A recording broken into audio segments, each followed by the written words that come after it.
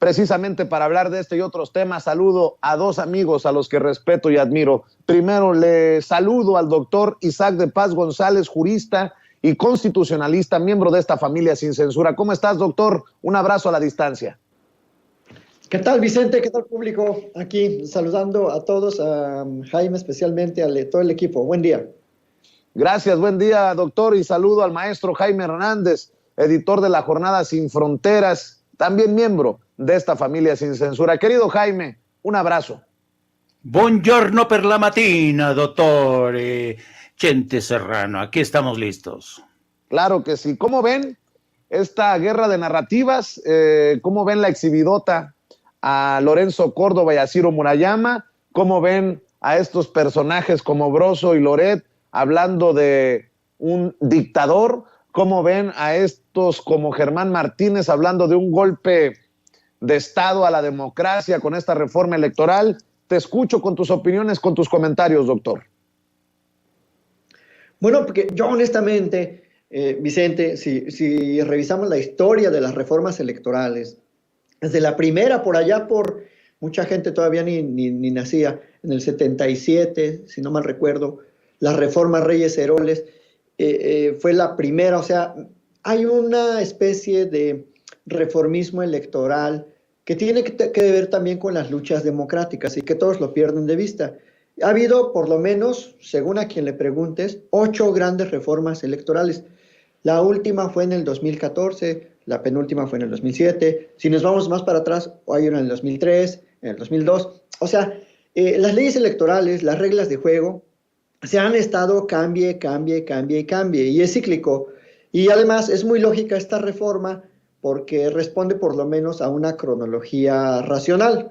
O sea, 2007, 2014, 2022, más o menos responde a unos 7 años. Entonces, es sano que los sistemas electorales se estén reformando porque va avanzando la democracia, hay nuevos elementos a tomar en cuenta, hay nuevos consensos, hay nuevos grupos de poder, hay una fórmula ahora distinta. Entonces, es de lo más normal este tipo de reformas en México y en el mundo, yo me atrevería a decir, pero en México es de lo más ordinario. Es más, ya se había tardado el presidente en enviar una iniciativa integral de reforma. Y no es verdad. O sea, yo creo que, respondiendo a tu pregunta, todos estos comentarios, esta narrativa, que el INE se echa para atrás de su propia encuesta, demuestra su poca transparencia, su poca autocrítica, su talante de verdad autoritario, porque en el INE han actuado de verdad de manera muy autoritaria, dándose puestos, dándose sueldos, alargando los periodos, por lo menos del secretario ejecutivo del INE, de manera antidemocrática, sin respetar las propias reglas. Entonces, yo creo que es una respuesta de esta gente que busca, eso sí, perpetuarse en el poder del INE. Ellos sí buscan perpetuarse en el poder del INE. Tan se han perpetuado que debieron todos, con esta reforma del IFE-INE, debieron todos renunciar y debimos nombrar a nuevos consejeros. Pero no, le cambian de nombre y dejan a las mismas personas. Ellos sí de verdad que son una bola de autoritarios, de que se perpetuaron en el poder del IFE al INE. Hay gente que lleva ahí, por ejemplo, Edmundo Jacobo, el secretario general, va a completar nada más ni nada menos que 16 años de secretario general. O sea, ese sí es un verdadero dictador electoral. Y no esta propuesta de reforma. Entonces, creo que son por lo menos embaucadores, quimeristas, falsarios de la democracia. Así te lo digo con todas sus letras, Vicente. Súmenle a la lista de adjetivos los que le acaba de poner a estos personajes el doctor Isaac de Paz González. Te toca, maestro Jaime Hernández. Pues sí, yo creo que a mí lo que me llama mucho la atención de este debate que ha alentado el ala conservadora es interesante porque si lo revisas con un poquito de cuidado, si hacemos un recuento, Vicente, de las propuestas de reforma constitucional que han desfilado a lo largo de los años, resulta ser que hay más de 100 iniciativas presentadas al Congreso. Más de 100. Bueno, pero ¿por qué razón uno se pregunta? estamos viviendo una normalidad democrática en México, desde mi punto de vista, así, con sus asegúnes, ¿no? Pero, ¿por qué a pesar de que ha habido más de 100 propuestas de reforma electoral en el Congreso, por qué precisamente esta, es la que causa tanto terror en el Frente Conservador? Además, cuando uno escucha los alegatos en contra de esta reforma, resulta ser que prácticamente corresponden a... Te voy a poner un ejemplo. Uno de los argumentos que ha esbozado algunos como Luis Carlos Ugalde, él señala que con esta reforma corren el peligro de desaparecer los partidos políticos porque ya no verían cómo llegarían a sus arcas los generosos recursos que les da el Estado a través del INE. Pero yo le diría al señor Luis Cardo, le preguntaría al señor Luis Cardo Ugalde, pues que no, ya el PRI, el PAN y sobre todo el PRD ya están en riesgo de desaparecer, y no por falta de financiamiento, por falta de representatividad, que ese es el tema central. Los partidos políticos ya no tienen la representatividad de antes, sobre todo el PRI, el PRD. Entonces, cuando Luis Carlos Ugalde nos dice, no, es que corren el riesgo de desaparecer, pues ya están desapareciendo, señor. Y entonces aquí te das cuenta que hay una falta de contacto con la realidad, ¿no? Luego, la propuesta de reducir, ¿no?, el número de senadores y diputados de 500 a 300, por Dios, todo el mundo coincide en eso, lo mismo que en el caso de los senadores. Entonces, yo encuentro realmente que la oposición, los conservadores, están partiendo de un falso debate que se va a ir tropezando consigo mismo, como ya ocurrió con la encuesta que quisieron ocultar, y en la cual es evidente que la mayoría de los mexicanos, 9 de cada 10, estamos a favor de las propuestas de la reforma, ¿no? Entonces, yo creo que aquí realmente van, digamos, contra la opinión de la mayoría, contra esta suerte de consenso que ha empezado a asomar la cabeza en las encuestas. Y yo creo que es muy arriesgado seguir con este tipo de argumentación. En el pasado, Vicente, era más fácil torcer los hechos, era más fácil torcer la realidad porque se disponían de medios de comunicación que tenían el monopolio, ¿no?, de la información y manipulaban las cosas a su antojo. Pero hoy en día es más complicado porque primero hay medios independientes, están las redes sociales, y Claudio X González y el señor Lorenzo Córdoba siguen confiando en que va a ser muy fácil para ellos, con la complicidad de columnistas, periodistas, medios de comunicación corporativos, torcer la realidad.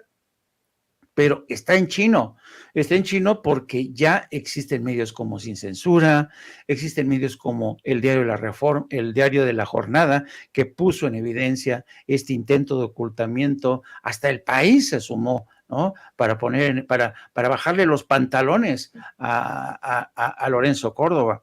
Entonces, yo creo que está muy complicado. Está claro que este intento de reforma electoral es una más en las más de 100 que se han presentado en el Congreso.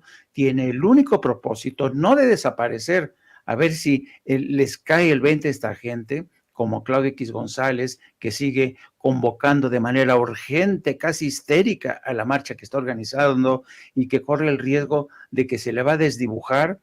El INE no desaparece, el INE se ajusta a las circunstancias, a la nueva realidad que ha surgido en este México, donde los mexicanos ya no estamos dispuestos a seguir financiando partidos que se han convertido en negocios personales, prácticamente. Y otra de las cosas que dice Luis Carlos Ugalde, que se van a poner en riesgo las coaliciones. Pues que se pongan en riesgo las putas coaliciones, porque las coaliciones también han hecho mucho daño. Ahí está el Partido Verde, que se convierte siempre en el compañero de viaje de quien le pague mejor. Entonces, yo creo que esta es una reforma que es necesaria, ajusta las condiciones, la realidad intrínseca de esa institución a las realidades del México actual y sobre todo a los deseos de los mexicanos que están de acuerdo con seguir con este experimento de perfeccionar la democracia para seguir avanzando en este camino que un día espero, querido Vicente, nos lleve a esa tierra prometida de la normalidad democrática. Quiero decir sobre este tema que hemos tenido acceso al email, al mensaje electrónico que recibió Mario Yergo, el representante de Morena ante el INE por parte del Instituto Nacional Electoral y en respuesta a su oficio. Y dice: Mario Yergo, representante propietario de Morena ante el Consejo General del Instituto Nacional Electoral. Estimado diputado, por este medio me permito hacerle llegar la respuesta que en su momento se emitió al oficio Rep Morena INE-495/2022, que fue remitido a la Coordinación Nacional de Comunicación Social por parte de la Secretaría Ejecutiva. La respuesta se envió por vía SAI el 20 de octubre pasado y por una confusión en el procedimiento por parte de la CNCS, la respuesta se emitió solo a la Secretaría Ejecutiva y no a la representación de Morena. Le ofrecemos una disculpa por el malentendido y esperamos que pueda ser considerada la respuesta que le reenvío en este momento a nombre del Coordinador Nacional de Comunicación Social, Rubén Álvarez Mendiola, y firma la directora de Información, Carla Garduño Morán, en la Coordinación Nacional de Comunicación Social del INE. Bueno, pues también tenemos la respuesta, bueno, la declaración que da Ciro Murayama a través de las cuentas oficiales del INE. Y fíjense nada más lo perversos que son, doctor, querido Jaime. Sondeos que se hacen para evaluar el trabajo de la institución son de consumo interno. No, nada más falta que acusen a Mario Yergo de haberlo publicado cuando era para consumo interno. Y esto se lo dijo a Sergio Sarmiento y a Lupita Juárez en el Heraldo Radio en entrevista Ciro Murayama. Están para llorar estos grandes demócratas de México. Otra vueltecita, mi querido doctor. Sí, la verdad es que demuestra ahí esos que siempre defienden la transparencia y la rendición de cuentas y que la transparencia es casi pues el último paladín de la democracia, pues ahí demuestra que no son nada transparentes. Y esa visión como empresarial que tienen, como diciendo, esto es nuestro, esto es del INE, el INE es nuestro, nadie lo toque, el INE es de este grupo de poder que le tocó esta transformación del IFE y nadie se atreva a cuestionar lo que hacemos en el INE. Y por eso están manejando toda su estrategia mediática, publicitaria, y creo que lo que deberían de hacer es acudir a los foros del Parlamento abierto, ofrecer sus argumentos, su contrapropuesta, porque en realidad, como dice Jaime, o sea, los partidos pueden desaparecer por muchas razones y partidos han ido y han venido en los últimos 30 años en México, de todos los colores y sabores que querramos. Entonces, y eso corresponde pues a un desarrollo natural de las fuerzas políticas y de las simpatías políticas.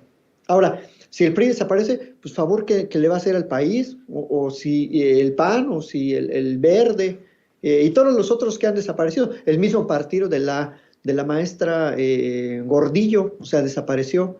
Y eso no quiere decir que desaparezcan las personas que tienen una afinidad política. O sea, los partidos solo son un medio, no son un fin en sí mismos. Y ellos los están haciendo ver y creer que son el fin en sí mismo, los partidos, cuando en realidad el fin es que los partidos y la representatividad política esté a favor de la sociedad, que busque el bien colectivo, que busque la salud pública. Entonces, qué desgracia este tipo de declaraciones que demuestran ese carácter como privatizador de la información en el INE, es decir, que esa información solo es para ellos, que nunca pensaron en hacerla pública, que solo era un sondeo para para que ellos tengan esa información. Pues no sé si lo hicieron de su bolsa, no sé si lo hicieron, si lo mandó a hacer Ciro Murayama, como Ciro Murayama, y no como el señor consejero del INE que es, como el servidor público que es, que no se les olvide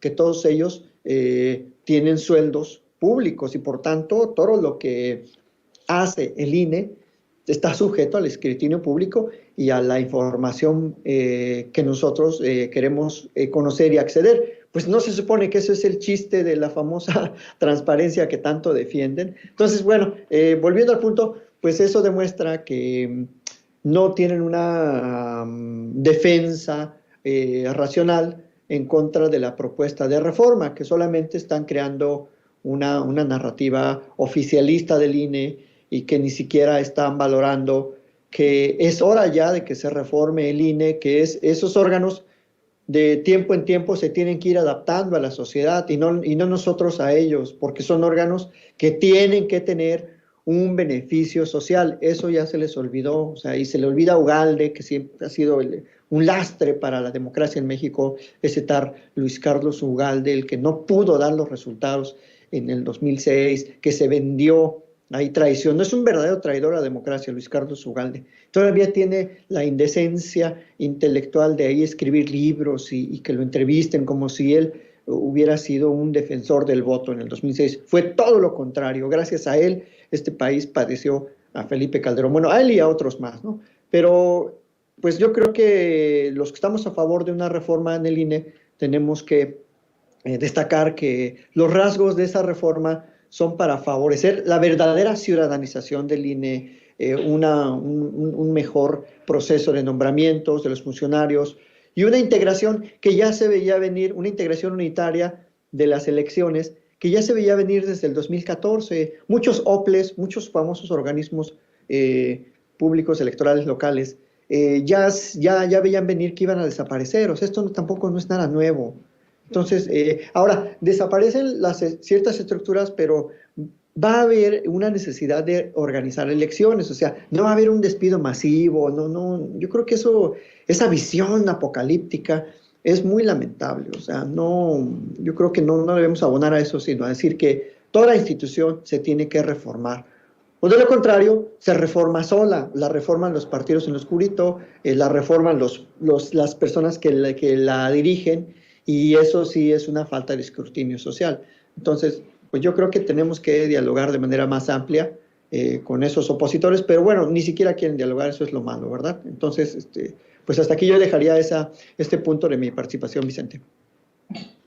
No exagero, porque esa es la visión de estos personajes que son los todopoderosos, que vamos a terminar o van a querer que nosotros nos disculpemos con ellos porque era una encuesta para manejo interno del INE que nunca debió de haber salido. Ay. Ya no sé ni cómo. Ya ahí sí que aplica la que decía mi nana cuando ya, que en paz descanse, por cierto, cuando topaba uno con pared, decía, calladito, te ves más bonito, mijito. Pues si ya están exhibidotes, ¿qué necesidad de seguirse batiendo en el lodo? Pero bueno, así estos personajes que, pues insisto, están muy mal acostumbraditos a tener siempre la razón. Jaime. Sí. Yo creo que esta gente, fíjate que en muchos sentidos esta gente, y esto lo demuestra esta suerte de queja, estos personajes como Lorenzo Córdoba, todos ellos, Ciro Murayama, se creen los dueños del INE. En verdad, lo han patrimonializado. Y eso es quizá lo más peligroso, ¿no? No se dan cuenta que quienes están exigiendo cambios no es la oposición, no es el gobierno, no, es la ciudadanía. Entonces yo creo que esta gente le están haciendo un flaco favor a la democracia. Y a mí me resulta todavía más patético este intento porque si hacemos recuento de todas las tropiezos o los errores que ha cometido Lencho, empecemos por la ideota de Lorenzo Córdoba de pedirle al Consejo Europeo que por favor a través de la Comisión de Venecia le formule recomendaciones, ¿no? Fíjate nada más, la Comisión de Venecia es un organismo, es un ente básicamente que se dedica, está especializado en el tema electoral, pero de los países que integran el Consejo Europeo. No tiene nada que ver con América Latina. México ciertamente es observador de esa comisión, de esa organización, pero hasta ahí. Quienes formulan digamos, estas recomendaciones son personajes que solamente se dieron hicieron una gira, fíjate, de 3 días, 21, 22 y 23 de septiembre pasados. Se entrevistan con quien ellos quieren. Y ya hemos dicho que el gobierno mexicano, al reaccionar a este informe presentado a la medida de los deseos del Lencho, el gobierno de México, a través de la Secretaría de Relaciones Exteriores, dijo: oiga, señores, hubiera sido deseable que ustedes también tomaran en cuenta la opinión de todas las voces que hay en este país, la oposición, ciudadanos, organizaciones, que están a favor de una reforma electoral, pero no, los de la Comisión de Venecia, como le tenían que entregar este producto a Lencho en bandeja de plata, dicen: no, así con este reporte quedamos bien con Lencho, y se acabó. Ese es el primer error que ha cometido Lorenzo Córdoba al solicitar el consejo del Consejo Europeo. O sea, ¿a qué coños tiene que ir a Estrasburgo Lorenzo Córdoba a pedirle las recomendaciones al Consejo Europeo? O sea, ¿se dan cuenta de este despropósito? ¿No? Porque claro, como saben que el Consejo Europeo no está muy bien versado con las exigencias, la realidad política de México, y que la Comisión de Venecia confía en este interlocutor llamado Lorenzo Córdoba, pues les puso sobre bandeja estas recomendaciones. Pero insisto, y también ya lo decía Isaac, la realidad ha cambiado mucho en México y en todo el mundo. Desde antes de la pandemia, te recuerdo, Vicente, había sendas protestas en toda América Latina. ¿Por qué? Porque ya no aguantaba la gente, el electorado, los ciudadanos, estas políticas draconianas que impuso el neoliberalismo. Y en muchos sentidos, esa fue la raíz de muchas crisis en los partidos políticos en todo el mundo. Los partidos políticos ya estaban hechos una piltrafa, ya tenían crisis de adhesión, de representatividad, y lo que ha ocurrido en México es bastante notorio, Nada más baste asomarse a las caricaturas de nuestros increíbles caricaturistas, cómo dibujaban a el líder del PRD, poco menos que una cagarrotita, así. Siempre aparece el señor Sop Zambrano, el señor que antes era Comebalas, un guerrillero de izquierda, ahora que era reducido a una cagarruta, así. Porque esto da la muestra de la crisis de representatividad. Este personaje ya no conecta con los ciudadanos, con los electores. Y lo mismo ocurre con el PRI. Hemos visto este desfile de los candidatos, lo que acabas tú de señalar, de Omar Fayad, de Beatriz Paredes, bueno, todo el mundo ya está saltando, el hijo de Miguel de la Madrid. ¿Por qué? Pues porque parecen hoy pollos descabezados, ya aparecen. Entonces, dime tú sí o no, si el PRI, que se caracterizaba antes por tener una disciplina vertical, férrea, hoy parece un gallinero de gallinas sin cabeza. ¿Y qué decir del PAN? Es increíble. Entonces, esta gente, el INE, está tratando de defender a estos partidos que ya están desahuciados política electoralmente. No, gracias, no. Y eso es lo que no acaban de entender en el INE. No se trata de destruir a los partidos, no se trata de destruir la democracia. No, se trata de reparar las carencias que hay precisamente en esta democracia. Y uno de los problemas que tiene este sistema democrático es precisamente el INE, que se pervirtió.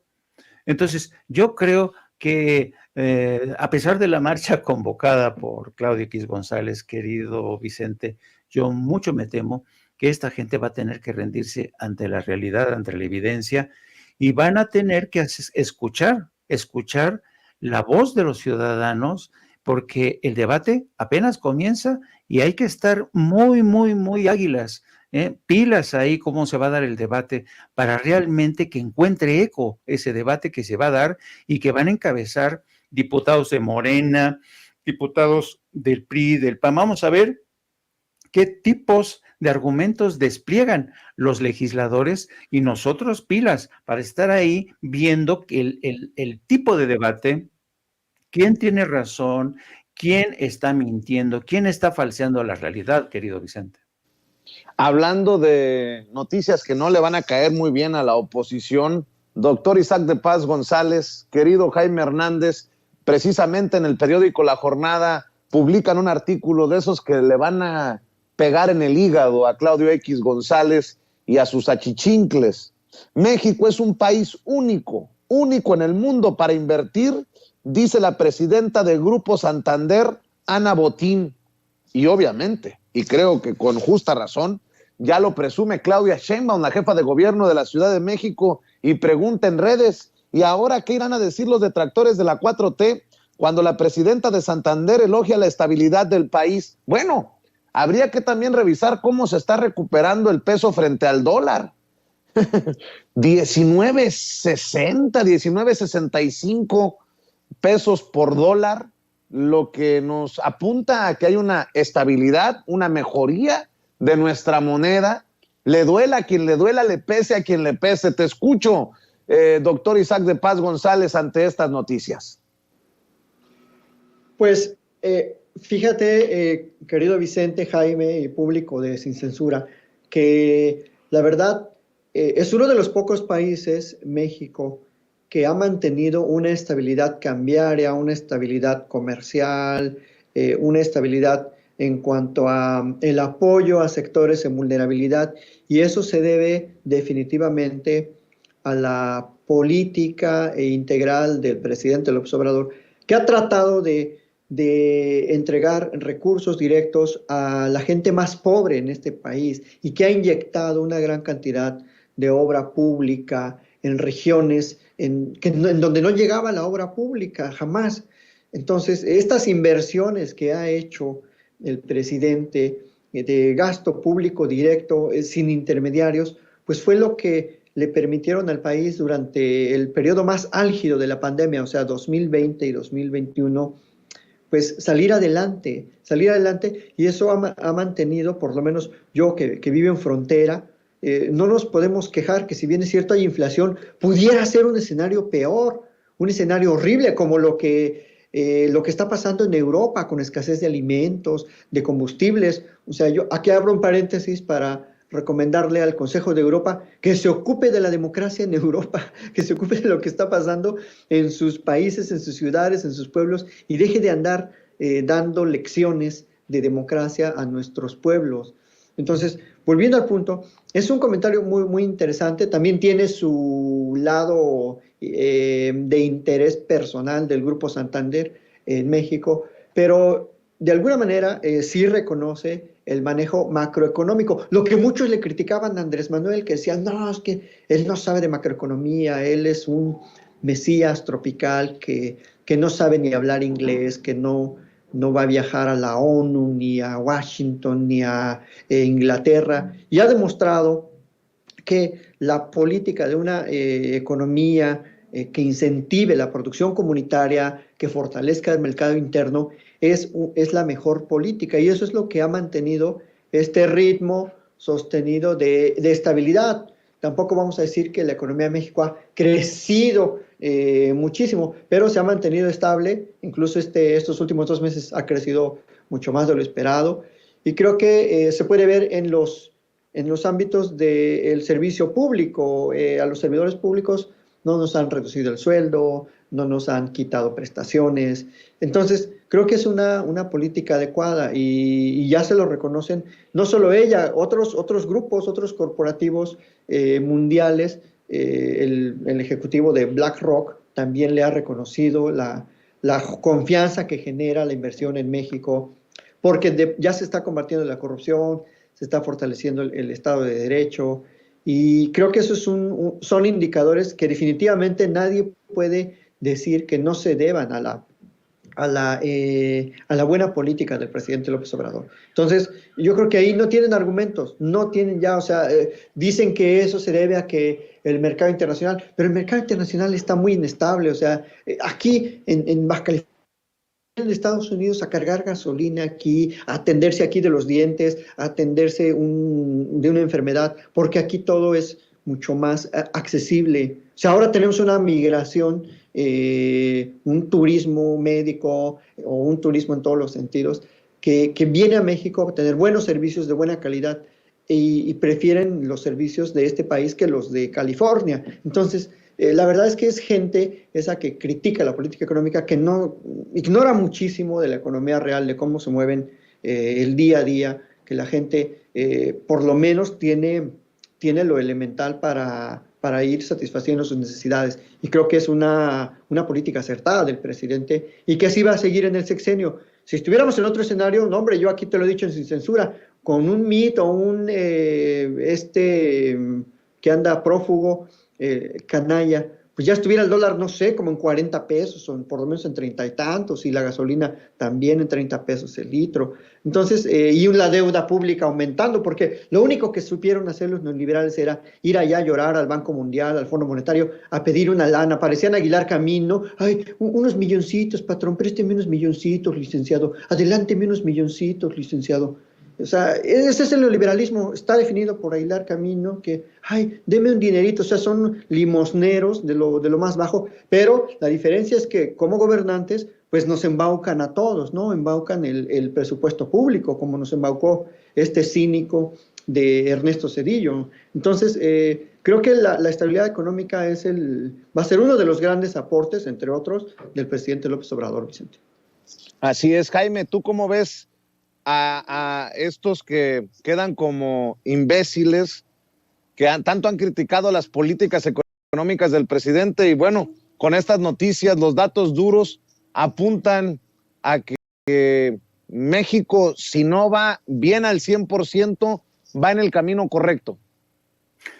Yo creo que lo que pasa, yo no sé, porque sobre todo, ¿sabes qué? Yo creo que en México ha habido toda una generación de analistas económicos que más que analistas se convierten en correas de transmisión de lo que quiere decir el poder corporativo, la banca, etcétera. Desde mi punto de vista, en México, con muy contadas excepciones, hay realmente analistas económicos serios. Uno de ellos, por ejemplo, Mario Campa, que forma parte de esta familia, pero realmente hay pocos analistas que sean objetivos, puntuales, incisivos y que sobre todo tengan el contexto general.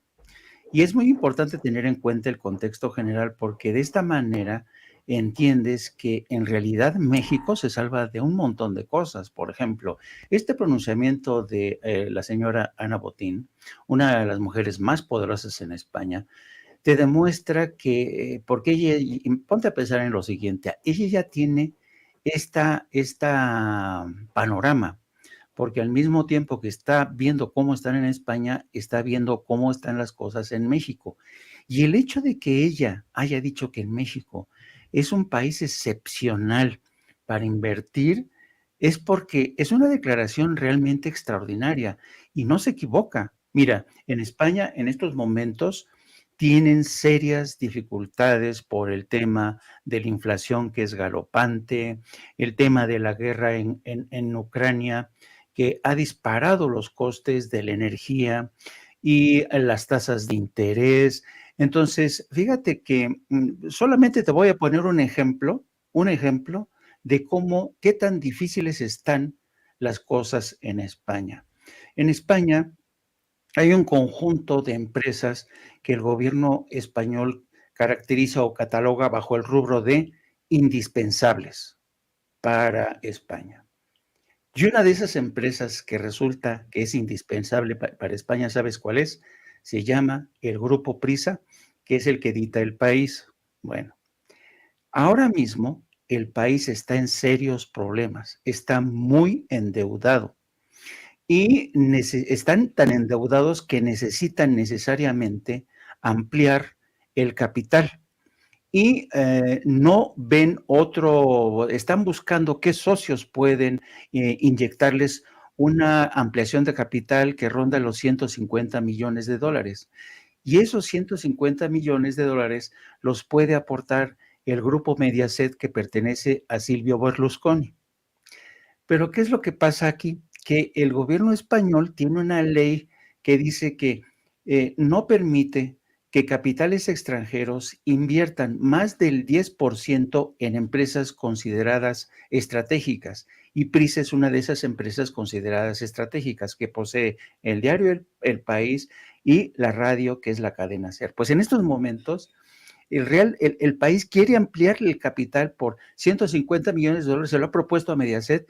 El gobierno del señor Pedro Sánchez tendrá que decidir si acepta esta inversión para que sobreviva el país y la cadena SER, o le dice al grupo Prisa, búscame por otro lado, busca por otro lado, porque yo no quiero que el señor Berlusconi, el grupo de Mediaset, se haga con el control de una de las empresas que es estratégica te das cuenta es muy interesante este caso del país en el contexto actual en el que España está defendiendo, está boca arriba, primero porque muchas de las empresas que controlan la energía, Iberdrola, todo eso, pertenecen a capital privado.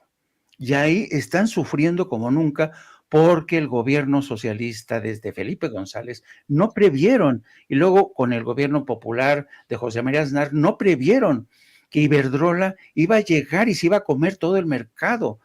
Algo que sí hizo Andrés Manuel López Obrador, dice, no van a pasar más, no voy a permitir que ustedes le truenen los dedos luego al gobierno, a mi gobierno, como están haciendo con el gobierno de Pedro Sánchez. Iberdrola los truenan los dedos al gobierno de Sánchez y no le queda más remedio que al gobierno decretar que los ciudadanos, pueden planchar en la noche, para así no, porque es las tarifas más bajas, ¿no?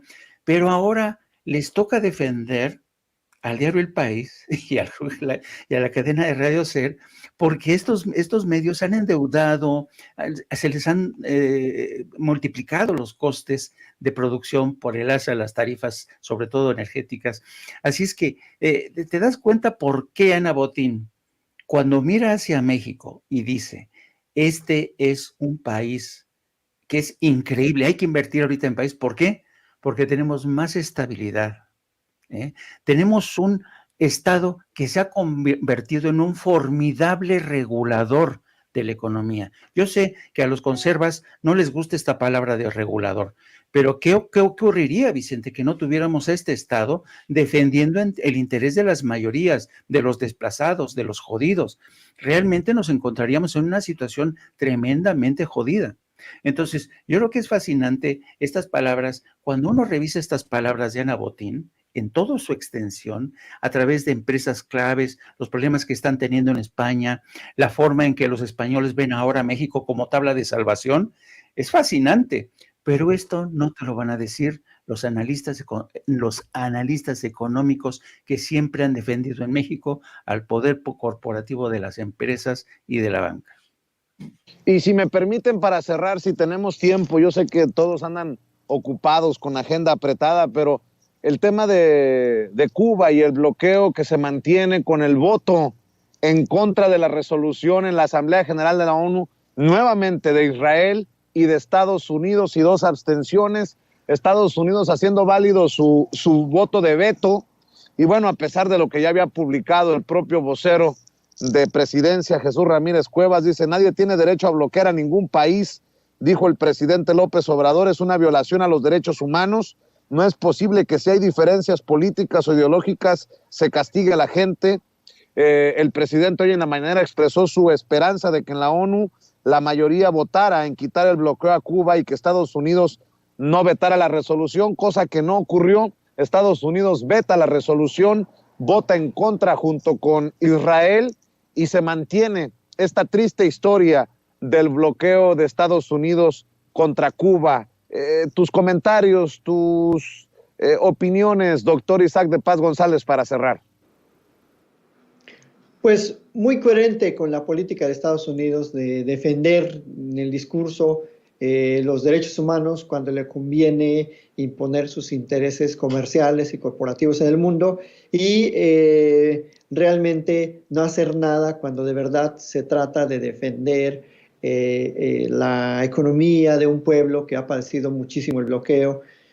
Y qué lástima porque supone que había unas pláticas en la era Obama, un acercamiento muy importante y creo que es un triunfo político, no jurídico desde luego por el veto, pero sí político de Cuba, en general de la sociedad civilizada, de las naciones que votaron rotundamente y sin miramientos porque se acabe ese bloqueo pues que le limita mucho el crecimiento económico a Cuba, las relaciones comerciales y que al final solo perjudica a la sociedad, a la población cubana. Entonces, qué bueno que México votó en contra del bloqueo y que pues todos los demás países también en ese sentido. Y como siempre, pues ya no es ninguna noticia que Israel y Estados Unidos veten este tipo de resoluciones y voten a favor de que siga ese bloqueo inhumano. Entonces, pues es muy consistente también el voto de México con la política exterior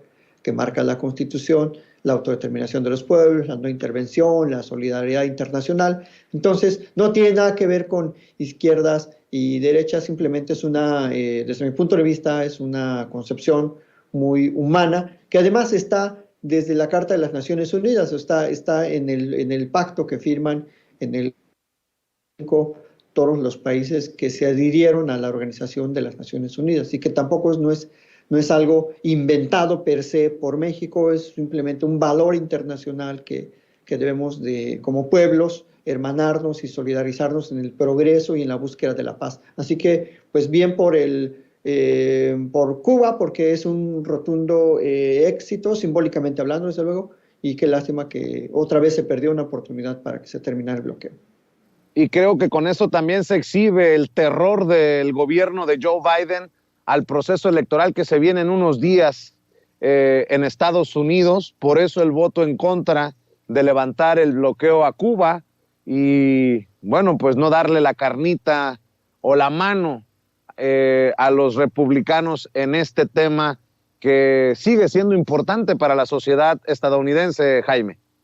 Efectivamente, como tú bien señalas, yo creo que por primera vez, aunque el presidente sea muy generoso con el presidente Biden, hay que saber que realmente es muy triste cómo Joe Biden, que hoy está más débil que nunca, está bajo el 40% de aceptación, se arredra ante lo que seguramente sería una contraofensiva del Partido Republicano. Pero también esto demuestra, querido Vicente, el poder tan desmesurado que tienen ciertos políticos de origen cubano en los partidos políticos, particularmente en el Partido Republicano. Y es realmente cruel que políticos de origen cubano traicionen de esta manera a sus propios congéneres en la isla. Es lamentable. Ahí te das cuenta de cuánta miseria hay en la política de Estados Unidos.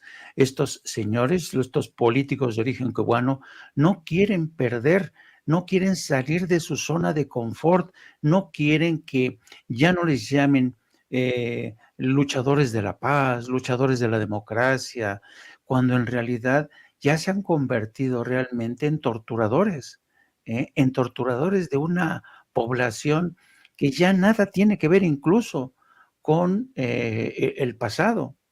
¿Y cuánta gente está haciendo lo imposible por sobrevivir? ¿Cuánta gente no puede recibir, como decía el presidente de la República esta mañana, las remesas de sus gentes? Pero yo creo que también Joe Biden, a mí me hubiera gustado que realmente Joe Biden se diera cuenta de lo que ya sabía perfectamente Barack Obama. Barack Obama sabía que si mantenía el bloqueo contra Cuba, lo que iba a hacer es que Estados Unidos se iba a mantener más aislado todavía de América Latina y del mundo, porque la votación ha sido abrumadora, 185 contra 2, con la abstención de Brasil y Ucrania. Entonces, aquí quien está aislado del mundo no es Cuba. Cuba cuenta con la solidaridad de países como México y sobre todo ahora que el hemisferio ha dado un giro a la izquierda. Cuba va a contar con la solidaridad de todos los latinoamericanos, mientras Estados Unidos se aísla a sí mismo y se enquista en una política completamente desfasada de la época de la Guerra Fría, que ya no tiene razón de ser. Es realmente patético y esto te da cuenta de cómo la polarización en Estados Unidos, sobre todo este viaje del Partido Republicano y también del Partido Demócrata, este viaje a la extrema derecha, hace un daño tremendo. Y yo creo que en México, por cierto, también hay partidos que se han corrido a la extrema derecha. Es el caso del PAN, con personajes como Kenia Rabadán, Xochitl Gálvez, Lili Telles. Y esta gente que se ha corrido hasta la extrema derecha en partidos en México, no se dan cuenta que al correrse hasta los extremos, el problema luego va a ser que van a tener muchas dificultades para regresar al centro y a la moderación para ser considerados como interlocutores válidos en un proceso de perfeccionamiento de la democracia. Eso es lo que ha pasado en Estados Unidos con estos personajes que insisten en presentar a Cuba como el gran enemigo, ¿no? Un enemigo que lo tienen ahí muerto de hambre, aislado, con bloqueos. Es impresionante y a pesar de ello, Cuba ha mantenido esta dignidad contra viento y marea, contra las tormentas que le han, los huracanes que les han caído encima, y tienen la mano de México, tienen la mano de América Latina. Y yo sospecho que esta insistencia de Estados Unidos de seguir manteniendo a Cuba en el sótano se va a revertir en contra de ellos, porque yo te apuesto, Vicente, que América Latina no va a abandonar a Cuba. Nunca América Latina ha abandonado a Cuba y nunca la va a abandonar. Así es que aquí quien va a salir perdiendo, mucho me temo, es Estados Unidos. Y lástima que el presidente Biden no haya tenido este sentido que tienen que tener los estadistas. Hubiera sido preferible que Joe Biden, que tiene muy difícil mantener el poder, por lo menos va a perder, se vaticina, las dos cámaras. De nada va a servir esta insistencia en bloquear a Cuba. Yo creo que hubiera sido mejor que Estados Unidos prefiriera perder estas elecciones, eliminar el bloqueo de una vez por todas, porque de esta manera Joe Biden pasaría a la historia como un gran estadista y no como un presidente, ¿sabes?, pusilánime, que ha preferido sucumbir a las presiones de los más extremistas en el seno del Partido Republicano y el Partido Demócrata. Pues mi querido Jaime, cerremos invitando a la gente a tus trincheras, maestro. Te mando un abrazo y gracias por tu compromiso con la audiencia de Sin Censura. Muchas gracias. El agradecido soy yo, querido Vicente, por darme acceso a tu espacio, que es uno de los más vistos, y te agradezco infinitamente por tu generosidad. Una generosidad que es propia precisamente de los no pusilánimes, de la gente que realmente tiene un sentido bastante claro de lo que es el futuro y lo que es la historia. Te agradezco mucho esta preferencia y les pido a la gente que por favor nos acompañen, se sumen a nuestro proyecto también de No Apto para Cínicos. Empezamos a transmitir a partir de las 14 horas y también les pido que nos sigan a través de nuestras cuentas en redes sociales, a través de mi cuenta de Twitter, @Jaime Journo, y también a través de la sección de La Jornada Sin Fronteras de nuestro gran periódico La Jornada. Don Vicente, don Isaac, le mando un abrazo a los dos. Gracias, maestro Jaime. Doctor, también hay que invitar a la gente para que te apoye a ti, para que te siga en tus espacios. Claro que sí, Vicente, muchas gracias, y gracias a Jaime. Saludos a toda la audiencia, al público y al equipo de Sin Censura. Que me sigan en @Isaac de Paz en Twitter, Vicente. Muchas gracias. Frontera, tu abrazo y hasta la capital para Jaime. Gracias por acompañarnos, el maestro Jaime Hernández y el doctor Isaac de Paz González, hablando con nosotros sin censura.